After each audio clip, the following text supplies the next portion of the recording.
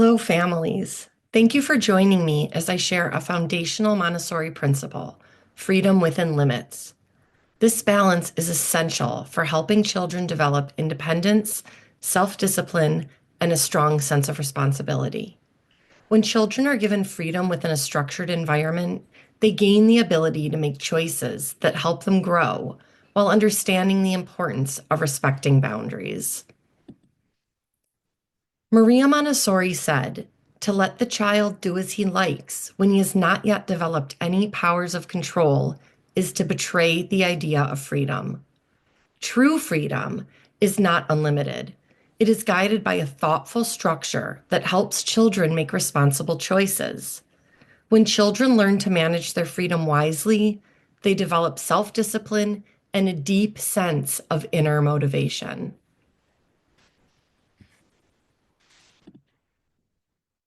Freedom in Montessori education means giving children the ability to make choices within a structured environment. When children make choices, they learn independence, responsibility, and confidence. However, these choices must be appropriate for their developmental level in order to support their growth. This means offering choices that are manageable and ensuring that children understand the expectations that come with those choices.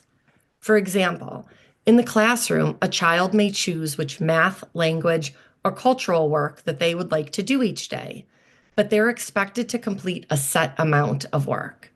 This allows them to experience ownership of their learning while developing accountability. At home, giving children the ability to make decisions, such as the order they complete their homework, or what after-school clubs they might want to participate in, or when they want to do their chores, before dinner or after dinner. These examples help children build responsibility, time management skills, and decision-making abilities, while ensuring that they're still meeting familial expectations. When children are given too much freedom without guidance, they may struggle with focus, motivation, and making thoughtful choices. Without appropriate boundaries, they may have difficulty developing self-regulation and perseverance, which are critical for both academic and social success. Too much freedom without structure can make it harder for children to build confidence in their decision making, as they may not yet have the skills to navigate choices independently. They may prioritize immediate gratification over long-term goals, leading to frustration when they encounter challenges. A simple example of this is weekend plans. If a child is given unlimited choices with no structure, they may struggle to make a decision or default to passive activities. However, the freedom to choose between going on a hike or going to the park, maybe visiting the library to pick out some new books, they will feel empowered while still operating within a framework that encourages engagement and responsibility. Montessori emphasizes that limits should be based on the child's age and developmental level. Limits provide structure, security, a framework for growth. Younger children need more structure, while older children benefit from increasing responsibility and independence. Limits should be clear, consistent, and applied with kindness. Helping children understand why they exist, these rules, the structure, rather than just simply enforcing them, is helpful. Expectations are an essential part of setting limits, and they provide children with a roadmap for what is required of them first in a safe family environment before later in a societal setting.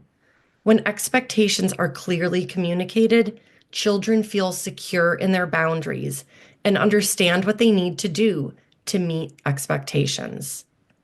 For younger children, limits might include setting up a time limit on screen use or providing a choice between two snacks before dinner instead of just unlimited access to the pantry. Older children may have more autonomy in planning their homework schedule, but they still need to meet deadlines and expectations. These limits support their ability to develop self-discipline and prepare them for greater independence as they grow. Providing freedom within limits in the classroom helps children develop independence while ensuring that they remain engaged and accountable. Here are some ways balance is implemented in our school setting. In the classroom, children can choose from a menu of work choices and some free choices. It allows them to follow their interests while still meeting learning goals. This ensures that they're engaged while making educational progress. Seating choices may be another way. Students may choose where to sit, but within a framework that encourages a variety of work partners and collaboration, such as sitting at a table with first, second, and third graders. This structure fosters inclusivity and helps students develop strong social skills while ensuring that seating choices don't disrupt their learning. Here are some examples of freedom within limits that you may be using at home. For dinner, it may be we're having chicken tonight for dinner. Would you like to choose the vegetable? We have both broccoli and green beans. This allows children to feel involved, and also make sure that your dinner is nutritious. Family participation might be another way for participating in chores. So would you like to set the table or clear the table?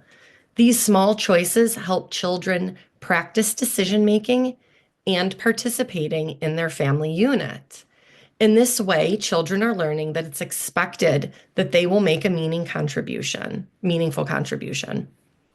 In the real world, this is what we're all preparing for. We're getting them ready to step out of the nest to be a part of a greater society.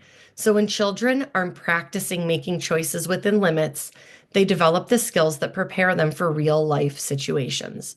For instance, in the workplace, an employee may have the freedom to organize their tasks, but they still have to meet deadlines and work within company expectations. This balance of autonomy and accountability is learned early in life in a Montessori classroom when children are practicing this skill using freedom within limits. Montessori talked about the idea of normalization. She said that normalization occurs when children develop deep concentration. Whoops, we're going to go back here. There we go. Deep concentration, self-discipline, and a love for work.